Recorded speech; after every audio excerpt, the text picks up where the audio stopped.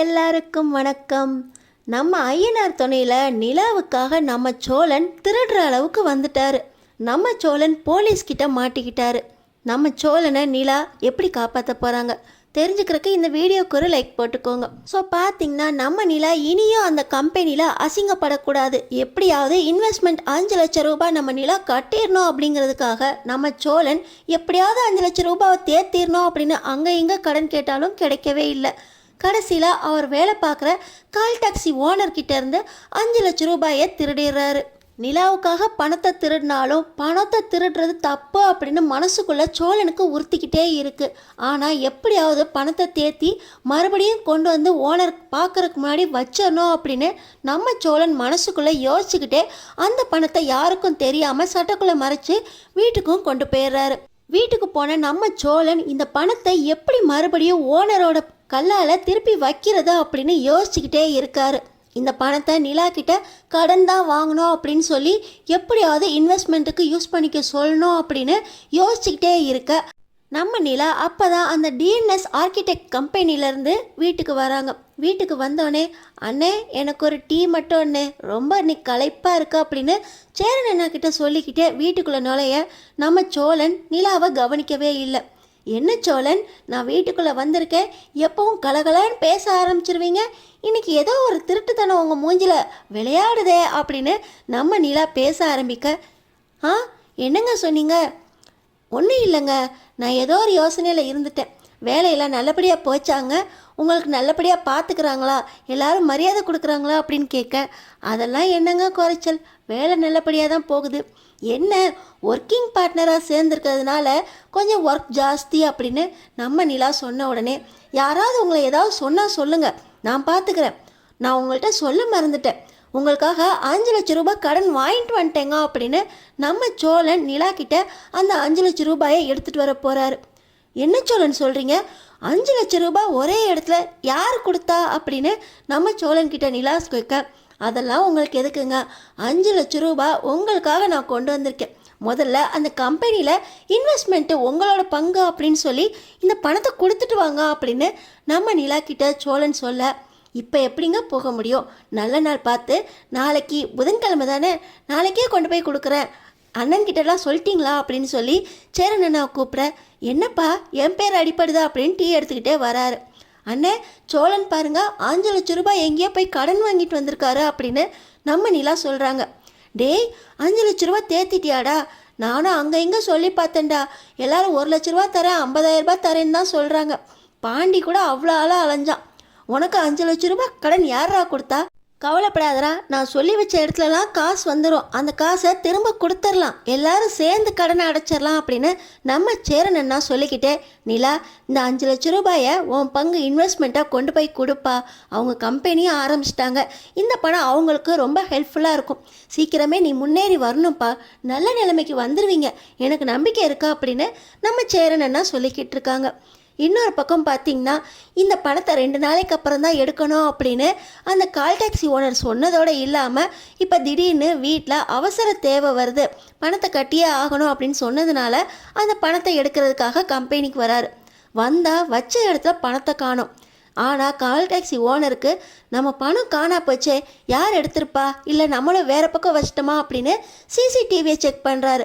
சிசிடிவியை check பண்ணுறப்ப தான் அவர் கண்ணில் மாட்டுறது நம்ம சோழன் பணத்தை எடுத்துகிட்டு போகிறது. இவன் தான் 5 லட்சம் ரூபாய் பணம் கேட்டு நம்ம கொடுக்க மாட்டேன்னோ, இவன் பாட்டு எடுத்துகிட்டு போயிட்டானே, என்கிட்ட சொல்லவே இல்லையே, இந்த வேலை வேற இப்போ ஆரம்பிச்சிட்டானா அப்படின்னு நம்ம கால் டாக்ஸி ஓனருக்கு பயங்கர கோபம் வந்துடுது. இப்போ போலீஸோடு போனால் தான் பணத்தை உடனே எடுக்க முடியும், இல்லை அவன் யார்ட்டையாவது கொடுத்துட்டு நான் எடுக்கவே இல்லைன்னு சொல்லிடுவான் அப்படின்னு சொல்லி நம்ம ஓனர் என்ன பண்ணுறாரு, போலீஸோட நம்ம சோழன் வீட்டு வாசலுக்கே வந்துடுறாரு. இப்படி கால் டாக்ஸி ஓனர் போலீஸோடு வந்து நிற்கிறத பார்த்தோன்னே வீட்டில் இருக்கவங்க எல்லாருக்குமே ரொம்ப கஷ்டமாயிடுது. என்னாச்சுடா, டேய் சோழன் எதுவும் தப்பு பண்ணிட்டியாடா, எதுக்குடா அவர் போலீஸோடு வந்திருக்காரு அப்படின்னு நம்ம சேரனை நான் கேட்டுக்கிட்டு இருக்கேன். நிலா, என்னங்க இந்த பணம் எப்படி வந்துச்சு அப்படின்னு கேட்குறாங்க. தப்பு பண்ணிட்டேங்க, அவர்கிட்டருந்து பணத்தை தெரியாமல் திருடிட்டு வந்துட்டேங்க, மாட்டிக்கிட்டேன், ஆனால் அந்த பணத்தை திருப்பி கொடுத்துருவேங்க, எப்படியாவது திருப்பி வச்சிடணும் 2 நாளில் அப்படின்னு யோசிச்சுக்கிட்டே தாங்க எடுத்துகிட்டு வந்தேன், அதுக்குள்ளே அவர் பணத்தை எடுக்க வந்துட்டார் போல அப்படின்னு நம்ம சோழன் பயந்து பயந்து பேச, இந்த பணத்தினால தானே பிரச்சனை, பணத்தை திருப்பி கொடுத்துடலாம் வாங்க அப்படின்னு சொல்லி நம்ம நிலா அந்த பணத்தை எடுத்து நம்ம சோழன் கையாலேயே கால் டாக்ஸி ஓனர்கிட்ட போலீஸ் முன்னாடி வராங்க. வந்த உடனே தோ இவன் தான் சார் பணத்தை எடுத்தான் அப்படின்னு ஓனர் சொல்ல, அண்ணே இப்படி சொல்கிறீங்களே அண்ணே, நான் பணம் கேட்டேன் நீங்கள் கொடுக்கல, அவசரங்கிறதுனால எடுத்துகிட்டு வந்துட்டேண்ணே, இந்தாங்க அண்ணே உங்கள் பணம் எனக்கு வேண்டாம்.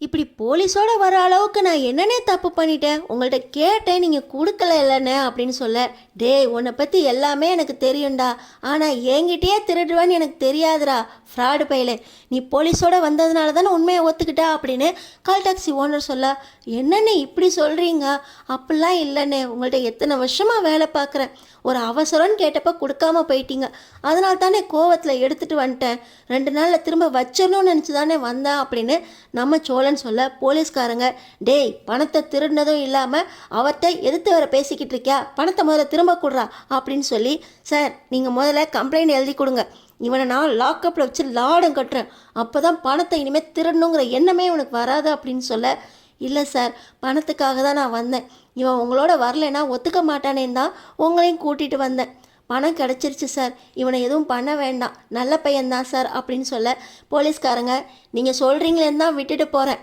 ஆனால் இந்த மாதிரி திருட்டு பசங்கள்லாம் உள்ளே வச்சு லாடம் கட்டினாதான் அடுத்த வீட்டில் திருடக்கூடாது அப்படிங்கிற எண்ணம் அவங்களுக்கு வரும், திருந்துவானுங்க அப்படின்னு சொல்லிட்டு போலீஸ்காரங்க நம்ம சோழனை எச்சரிச்சுட்டு கிளம்பி போயிடுறாங்க.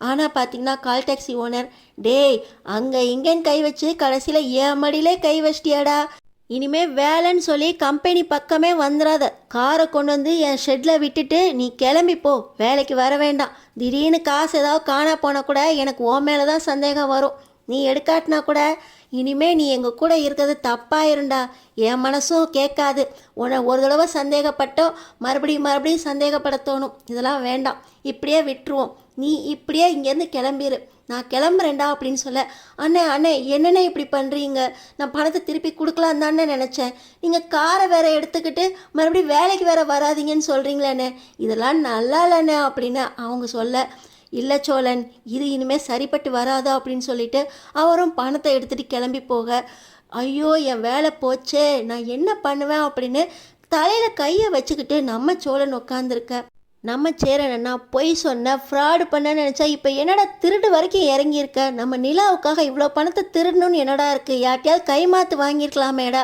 ரொம்ப அவசரப்பட்டியடா அப்படின்னு நம்ம சேரனை நான் சொல்ல, இல்லைண்ணே நிலாவை ரொம்ப அசிங்கப்படுத்துகிறாங்கண்ணே, 5 பைசா செலவில்லாமல் கம்பெனிக்கு நீ ஒரு பார்ட்னர் ஆகிட்டா அப்படின்னு அந்த ஆள் பேசினாண்ணே, அப்போயே அரைஞ்சிருப்பேன், ஆனால் நம்ம நிலாவால் கொடுக்க முடியலன்னு அவன் அப்படி அசிங்கப்படுத்தினான், அதனால் நம்ம நிலா தலை குனியக்கூடாதுன்னு தானே இவர்கிட்ட போய் கேட்டேன், இவர் கொடுக்கலன்னொன்னே 2 நாளில் திருப்பி வச்சிடலான்னு தானே எடுத்துகிட்டு வந்தேன், அதுக்குள்ளே அவர் பார்த்துட்டார் போலண்ணே, என் வேலையும் போச்சேன்னே அப்படின்னு நம்ம சோழன் கலங்கி நிற்க, நம்ம நிலா எனக்காக நீங்கள் என்னங்க பணத்தை திருடுறீங்க, நான் ஓனர் ஆகணும்னு சொல்லி இப்படி நீங்கள் வேலை இல்லாமல் இருக்கீங்களே, எனக்காக நீங்கள் கஷ்டப்படுறது எனக்கு ரொம்ப கஷ்டமாக இருக்கா அப்படின்னு நம்ம நிலா நம்ம சோழனுக்கு எப்படி ஆறுதல் சொல்கிறது, எப்படி தைரியம் கொடுக்குறது அப்படின்னு அவங்களையே பார்த்துக்கிட்டு இருக்காங்க. நம்ம சோழன் கண் கலங்கி நிற்க நம்ம நிலா கொடுக்குற தைரியம் நம்ம சோழனை மறுபடியும் எந்திரிக்க வைக்குமா, நம்ம சோழனுக்கு அடுத்து என்ன வேலை கிடைக்க போகிறாரு தெரிஞ்சுக்கிறதுக்கு நம்ம சேனலை சப்ஸ்கிரைப் பண்ணி